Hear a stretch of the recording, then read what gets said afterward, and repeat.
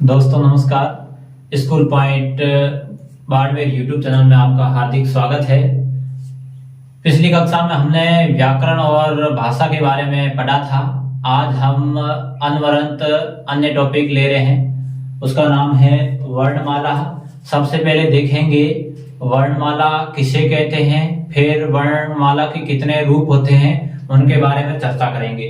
सबसे पहले देखते हैं वर्णमाला क्या होती है। वर्णमाला क्या होती है इसकी परिभाषा देखते हैं। सबसे पहले क्या देखते हैं, वर्णमाला की परिभाषा। वर्णमाला की परिभाषा पिछली कक्षा में भी मैंने दिखाया था। वर्णों के व्यवस्थित समूह को वर्णमाला कहते हैं। क्या है, वर्णों के व्यवस्थित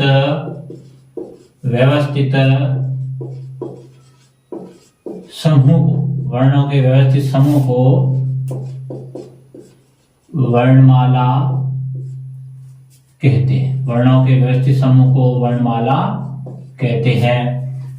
अब आगे देखते हैं हिंदी के अंदर वर्णों की संख्याएं कितनी होती है। हिंदी में वर्णों की कुल संख्या, हिंदी के अंदर वर्णों की कुल संख्या होती है 44। कितनी होती है, 44। हिंदी में वर्णों की कुल संख्या 44 होती है। और वर्णमाला किसे कहते हैं, वर्णों के व्यवस्थित समूह को वर्णमाला कहते हैं। आगे देखते हैं, हिंदी एक वैज्ञानिक भाषा है। आगे देखते हैं वर्णमाला में वर्णों के कितने रूप होते हैं। सबसे पहले आगे देखते हैं इसमें वर्णमाला में वर्णों के रूप।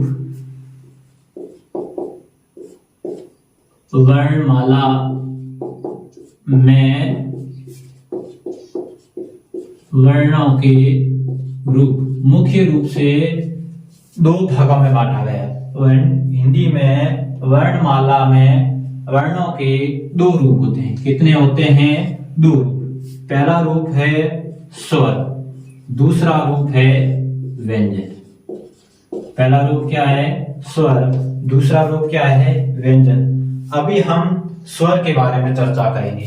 किसके बारे में चर्चा करेंगे, स्वर के बारे में चर्चा करेंगे। अभी स्वर किसे कहते हैं, स्वरों की संख्याएं कितनी होती है इसके बारे में जानेंगे।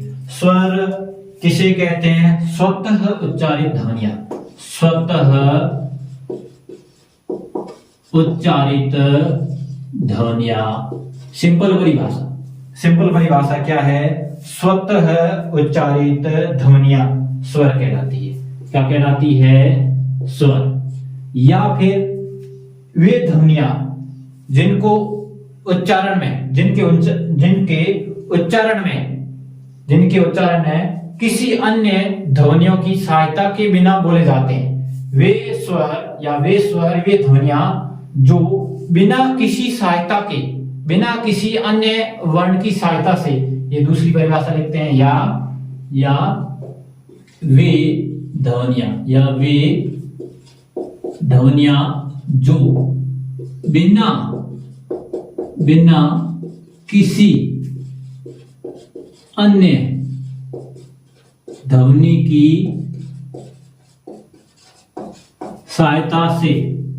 सहायता से बोले जाते हैं। वे ध्वनियां जो बिना किसी अन्य ध्वनि की सहायता से बोले जाते हैं, उन्हें क्या कहते हैं, उन्हें स्वर कहते हैं। उन्हें क्या कहते हैं, उन्हें स्वर कहते हैं। अब आगे देखते हैं स्वरों को कितने भागों में बांटा गया। क्या देखते हैं अभी आगे, स्वरों को कितने भागों में बांटा गया है। स्वरों को कितने भागों में बांटा गया है, स्वरों को मुख्य रूप से, मोटे रूप से स्वरों को मुख्यतः 3 भागों में बांटा गया। कितने भागों में बांटा गया है, 3 भागों में बांटा गया है।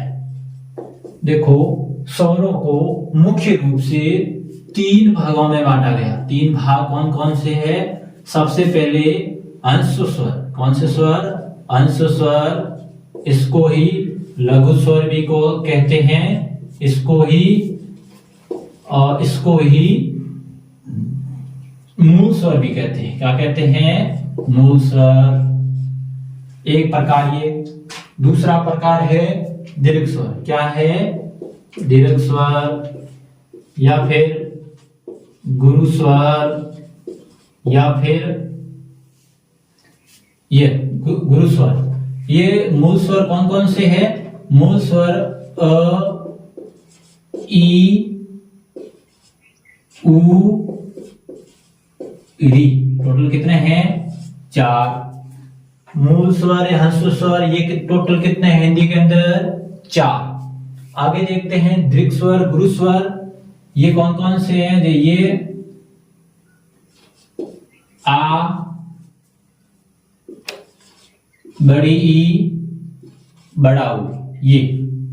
और आगे क्या है? संयुक्त स्वर। क्या है?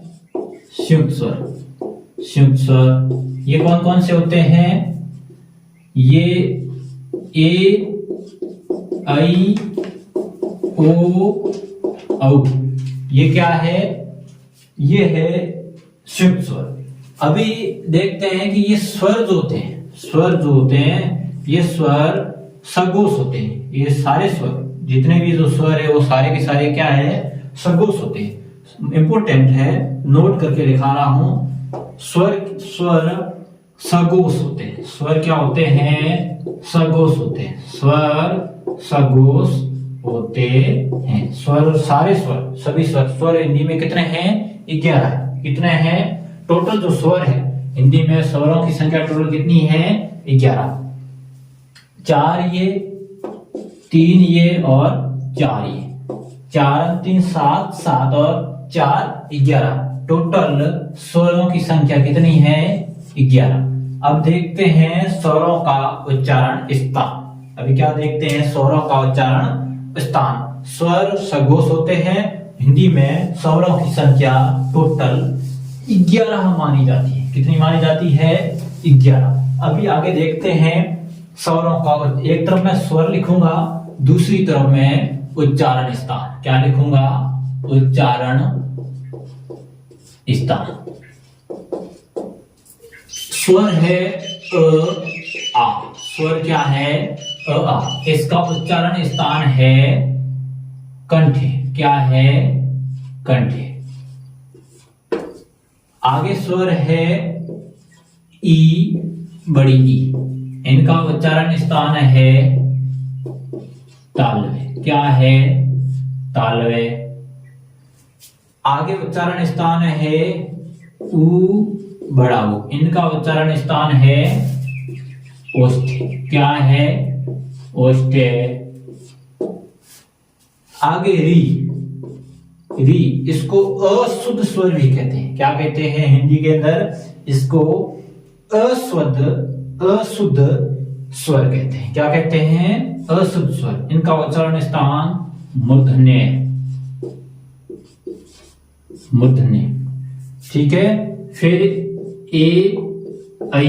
इनका उच्चारण स्थान है कंठे प्लस तालवे। कंठे और तालवे। क्यों? क्योंकि ये अ प्लस ई से मिलकर बना है। अ प्लस ई से मिलकर बना है। अ का उच्चारण स्थान कंठे है, ई का उच्चारण स्थान तालवे है। इसलिए ए, आई इनका उच्चारण स्थान हो गया कंठ तालवे। ठीक है। आगे देखते हैं ओ, औ। ओ, औ। इनका उच्चारण स्थान है कंठे प्लस ओष्ठे। अ प्लस ओ। क्यों? अ का उच्चारण स्थान, क्योंकि ये जो ओ, औ है ये अ, ओ से बना है। इनका उच्चारण स्थान देखो, अ का उच्चारण स्थान कंठ है और औ का उच्चारण स्थान ओष्ठ, सॉरी ये ऊ है, क्या है? ऊ।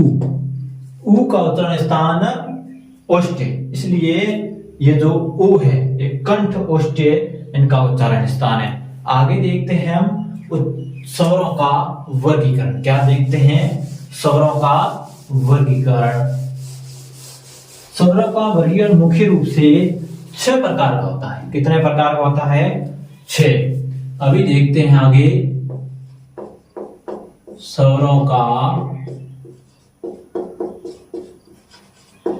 वर्गीकरण। क्या देखते हैं? स्वरों का वर्गीकरण कितने प्रकार का है? 6। कितने प्रकार का है? 6। अभी हम 6 वर्गों के नाम लिखेंगे। क्या लिखेंगे? स्वरों का जो वर्गीकरण है ये 6 प्रकार का है।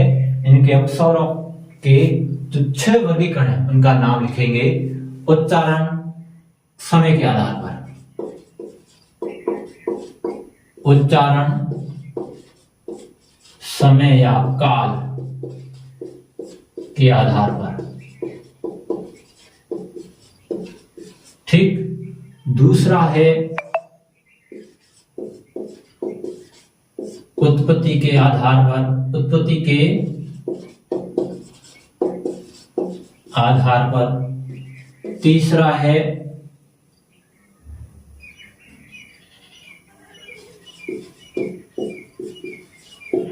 होठों की आकृति के आधार पर। चौथा है जीवा प्रयत्न के आधार पर। पांचवा है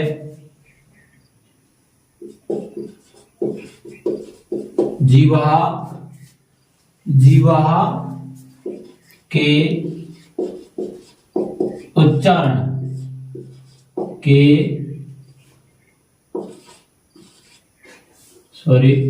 उच्चारण के आधार पर। छठा है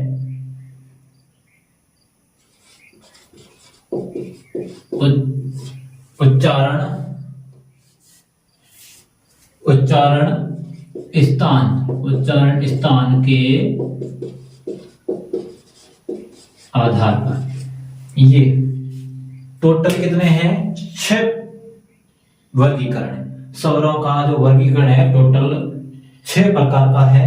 पहला उच्चारण समय या काल के आधार पर। दूसरा उत्पत्ति के आधार पर। तीसरा होठों की आकृति के आधार पर। चौथा जीवा प्रयत्न के आधार पर। पांचवा जीवा के उच्चारण के आधार पर। और छठा उच्चारण स्थान के आधार पर।